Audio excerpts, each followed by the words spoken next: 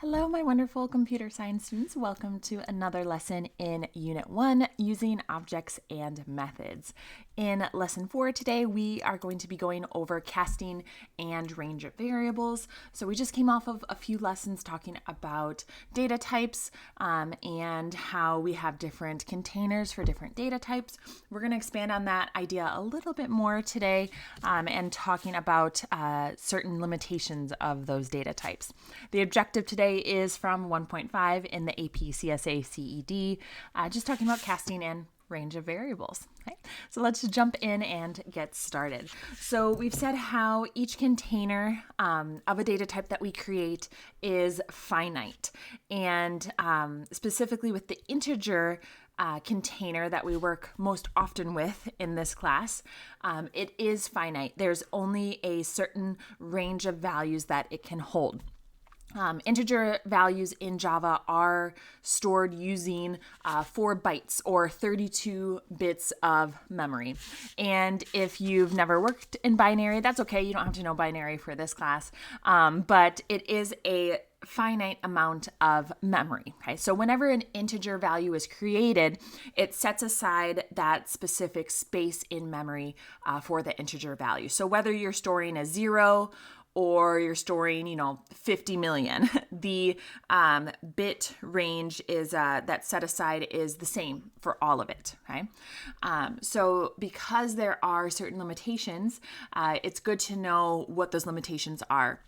And we represent those limitations, the maximum value that container can hold and the minimum value it can hold, with 2 constants. Now, these constants are going to be displayed on the screen right now. We're going to talk about what those values are in a moment, but these are the constant names. An int value must be in the range from integer.min underscore value to integer.max underscore value. And for both of those, they're both constants from the integer class, which belongs to the java.lang package. Now, we haven't talked a lot about packages yet and classes. Those lessons are going to come as we continue through this course, but just know that the java.lang package, it's automatically imported. So you don't have to actually write any additional code. You can just use any class that is in it, and integer is part of them. Now, what we can all do with the integer class itself, capital I, integer class, we're going to cover that when we talk about wrapper classes, which is going to be all the way in Unit 4. So you're going to have to hang tight to that knowledge. Right now, I just want us to know what these constants are and know that we can use them in our program if we want to use a min value or a max value in there. Okay, and just know that we can use it without writing an import statement.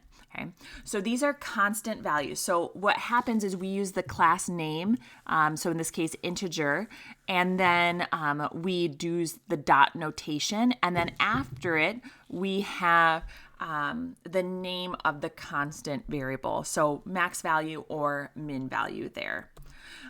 So if an expression evaluates to an integer outside of the range, what we call an integer overflow error occurs. So when we actually go to write our program, if you try using a number that is too large and put the code in there with a number that's too large, you will get a compiler error. But if you're running through the course of your program, all of a sudden your program runs into an issue where it's trying to store a number that's too large or too small, then you get that overflow error. Okay, so the integer.min value, the smallest integer allowed, is that negative integer right there, 2 billion and then some million, couple, you don't have to know it, right? Negative 2 to the 31st power, you don't even have to know that, but that's the smallest integer that's allowed. And to represent that number, you can use the constant value. So if I have the code int smallest num equals, and then I put integer.min value, that would represent the smallest integer. So all of a sudden that number that you see, that negative number, is going to get stored in smallest num. Opposite's true with integer.max value. The largest integer allowed is 2 raised to the 31st, one less than that, okay? And the reason for those differences is more to do with binary, which we don't get into. If you want to learn a little bit about binary in general, you can look that up, but you don't have to know those numbers. You don't have to have them memorized for this course or know what they represent. Just know the concept of it, right? You have to know that integer.min value is going to be the smallest, and integer.max value is going to be the largest. So that overflow error, if you try to, so this is legal code, right? What's also legal code, or here, I'll use the largest num, for instance, largest num. So what's also legal code would be if I did largest num, and then plus plus, okay? Which we know plus plus is adding 1 to your integer. So this code right here that I just wrote, this is going to compile fine, and your compiler's not going to see anything wrong with it. What's going to happen is when you run your program, you're going to get an overflow error. Now, the way Java handles overflow errors, you actually don't get an exception thrown at all. What you're going to do is you're going to have some tricky things happen in your program. When you go to print off the largest num now, in Java, what happens is it does what's called like a wraparound. So if you extend above what integer you can max hold, the wraparound is just the way it kind of stores binary. As it wraps it around, it tries to carry the 1 in the binary term, and it actually wraps it around to the smallest integer. So if you have this code and then you go to print the largest num, what actually gets displayed is that large negative number. I say large negative, right? That's that smallest integer allowed. And that's just, again, the way binary is stored, and like almost like carrying the 1 in an addition problem, you're going to get the smallest integer. And that's just Java's way of trying to handle that overflow. So to keep the program running without the program crashing, even though there's too large of a number in there, okay? So it does some tricky things. Overflow doesn't necessarily crash your program, but you'll see some weird things happening with your number. So it's something to definitely look out for. Okay, let's switch gears here. So we talked about the largest and the smallest value that an integer can hold. Let's switch over into casting. So we've actually already seen a little bit of casting in our lessons that we've done. Casting operators is when we use the parentheses int or parentheses double. Those are our casting operators. They are used to convert from double to an int or an int to a double. And we've seen a little bit of these conversions in the expressions that we've used. When mixing expressions like we've done before, we never used this casting operator. We just naturally did it. And that's called implicit casting. And implicit casting just means you do it, but you don't necessarily see that casting operator, even though you do technically cast. But casting operators do help make our code a little clearer when we do it. So here's what we've seen without the operator. So what is printed? If I have x equals 9, y equals 2, and then I have double z. So notice this expression right here. I have 1.0 times x divided by y. So what happens is I put 1.0 times 9 divided by 2. Because 9 is x and y is 2. Now what happens, order of operations, I'm going to do the 1.0 times 9 first.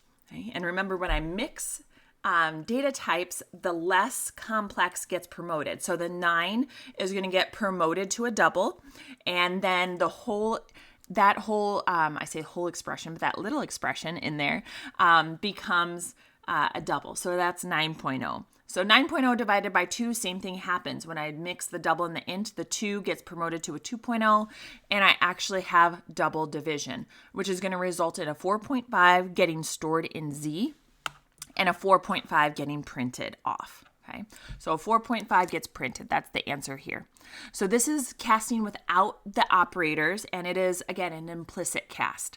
Casting with the operator, here's what that's going to look like. So instead of doing 1.0 times 9, I have a double here. Okay, double in parentheses. And that's going to actually do the same thing that we just did. It's going to say, okay, you're going to double the x. So the cast happens first. Okay, the casting happens first to the 9.0. So this 9 right here gets promoted to a 9.0, and then double division is performed because you'll take a 9.0 divided by 2, which also gets promoted, right? Lots of promoting going on. So you'll also get a 4.5. So both of these do the same thing. It's just one is what we call implicit and one is what's called explicit. The explicit one, you actually see explicitly the casting operator being used. Okay? Casting, get it? I say casting so much that I think of a cast, right? Medical cast. But truth be told, casting, it changes one variable from one data type to another, but temporarily, okay? And that's very important. Just temporarily in the expression is casting done, okay? Kind of like a cast on your leg. A cast on your leg is temporary. It is not a permanent part of your structure anymore. It's put on there to fix it, and then it's taken off. Okay, so in our example we just did, X does not become a double in memory. It went from a 9 to a 9.0 just for that expression temporarily, just upgraded. And that example is what we call a widening conversion. When we take the data type, the int, and we move it to a bigger box into a double temporarily. Because remember, an int is a smaller container than a double. The opposite is true. If you move a double and you try to fit it into an integer, that's called a narrowing conversion, when you move the data type into a smaller box. And in this course, we go from int to a double or a double to an int. Those are the only two conversions we concern ourselves with. There's other conversions involving strings and other data types, of course, but for us, we are just going from an int to a double and a double to an int. Okay, so this widening conversion, it's what we've already worked on. Okay, it's something that Java does automatically in those mixed expressions that we went through. Okay, so, and I've just introduced this widening conversion, but an explicit one, okay, where we use the casting operator. Okay, so let's go through a couple of examples of what this kind of looks like here. So this double x equals 7 divided by 2. So 7 divided by 2, 7 and 2 are both integer values. If they don't have that 0.0 or any decimal component, it is automatically an integer value. And what's going to happen is this value becomes 3.0. And why is that? Because Java is going to perform integer division, which is a 3. And then because it's getting stored in a double, it becomes a 3.0. Okay. So if I were to print off the value of x right here, 3.0 would actually get displayed to the screen. Okay. If I have an explicit cast in there, okay, what's going to happen? The cast happens first on the 7. 7 gets promoted to a 7.0, and then you have a mixed expression. So Java is going to promote the 2 to a 2.0, and double division is going to perform. So for here, 3.5 gets displayed because you are going to technically be doing division between doubles. Okay. Now, what if I had parentheses around the 7 divided by 2 first? Well, in that case, the parentheses are evaluated first and the integer division gets performed, and then the cast is going to happen on a result. So 7 divided by 2 happens first, parentheses trumps everything, right? So 7 divided by 2 is 3, integer division, and then the cast happens on the 3. So you're going to have a 3.0 get printed off to the screen there. And what about this last situation? So for the last 3 problems, X, Y, and Z, I've had a double get the result, and then I've stored it into a double. So the container was big enough. What happens if I have this and I try to store it in an integer, right? So this, again, casts it to a 7.0. 7.0 divided by 2, that becomes a 3.5. And if I try to store a 3.5 into an int, what's going to happen? Since the answer is a double, it's not going to fit into an integer, right? A double is bigger than an int. So this is going to result in a compile time error. And the error message that's going to appear is called possible lossy conversion, meaning you're trying to fit a double and you're trying to squeeze it into an int. And if you try to squeeze that into an int, you're going to lose information. And when you try to fit it into too small of a box, it's going to warn you. Okay, So you will get a compiler error when it comes to that. Okay. So I talked about widening conversions, and I said we do have narrowing conversions, right? We do have it where we can take a double and we can fit it into an integer. That is possible. But how do we do it? Because right now we have a compiler error when I just tried to fit a double into an int. So what do? That narrowing conversion, if we don't do an explicit cast, which means when we don't use that casting operator, when we try to do what we just did and fit a larger double into an integer, we get that compiler error. So we don't actually have an implicit narrowing conversion. We have to explicitly cast. So we have to use that int in parentheses to do it. So if we try to change a double to an int, like I said, we lose information. We have to basically chop off the decimal part in order to get it to fit, right? Think of like your leftovers. If you try to move your leftovers from a big container into a little, you're going to have to get rid of some of those leftovers in order to fit into that leftover container. Same thing with a double. If you try to put a double into an int, you have to kick out some information in order for it to fit into it. And the information that gets kicked off is the decimal part. And we kick it off by truncating it. So this word truncation chops off the decimal part. Now, truncation is not rounding. So you have to be very careful. It's not rounding the decimal. It is literally taking the decimal and anything after the decimal and just tossing it out. And you're only keeping that integer part. Okay. So here's our code. This is me trying to fit a decimal value into an integer. And this is done implicitly, right? I have no sort of casting on it. And if I try to do it implicitly, I am going to get that compiler error, okay? Because it does not use an explicit cast, you are going to get a compiler error. Now, what is an explicit cast? An explicit cast would be something like this, where you have int, this is the casting operator right before, in parentheses, it has to be in parentheses, and then you have the decimal part right after. Okay. This is an explicit cast, and this is allowed. What's going to happen is the decimal part gets chopped off, and you're going to put the 3 into the variable y. So the value stored in y is going to be a 3. No decimal component in there because you're fitting it into an integer. Okay. And very important, again, it does not round. Okay. So even if I had 3.99, what's going to get displayed? Just a 3 into the z, or I say displayed, but what gets stored, what value gets stored is 3 into z. Okay. Nothing else. Truncation when you explicitly cast here. Okay. But this brings up a good question, and it's the last thing we're going to cover in this video, is rounding, okay, right? If I can't round this, right? What if I want to round this? What if I just want the integer value in my program, but I want it rounded? What if I wanted a 4 and I wanted it rounded? Well, there are quite a few ways actually, to round decimals in your program. In this course, the way I'm about to teach is really the only way that you're going to see it on the AP exam. There are so many other ways to round, but this is the way I want you to remember because it kind of uses your problem solving skills. And I think that's why the AP exam likes it so much. Rounding decimals. If Java automatically truncates when we go from a double to an int, how do we, in an intelligent way, round? Okay.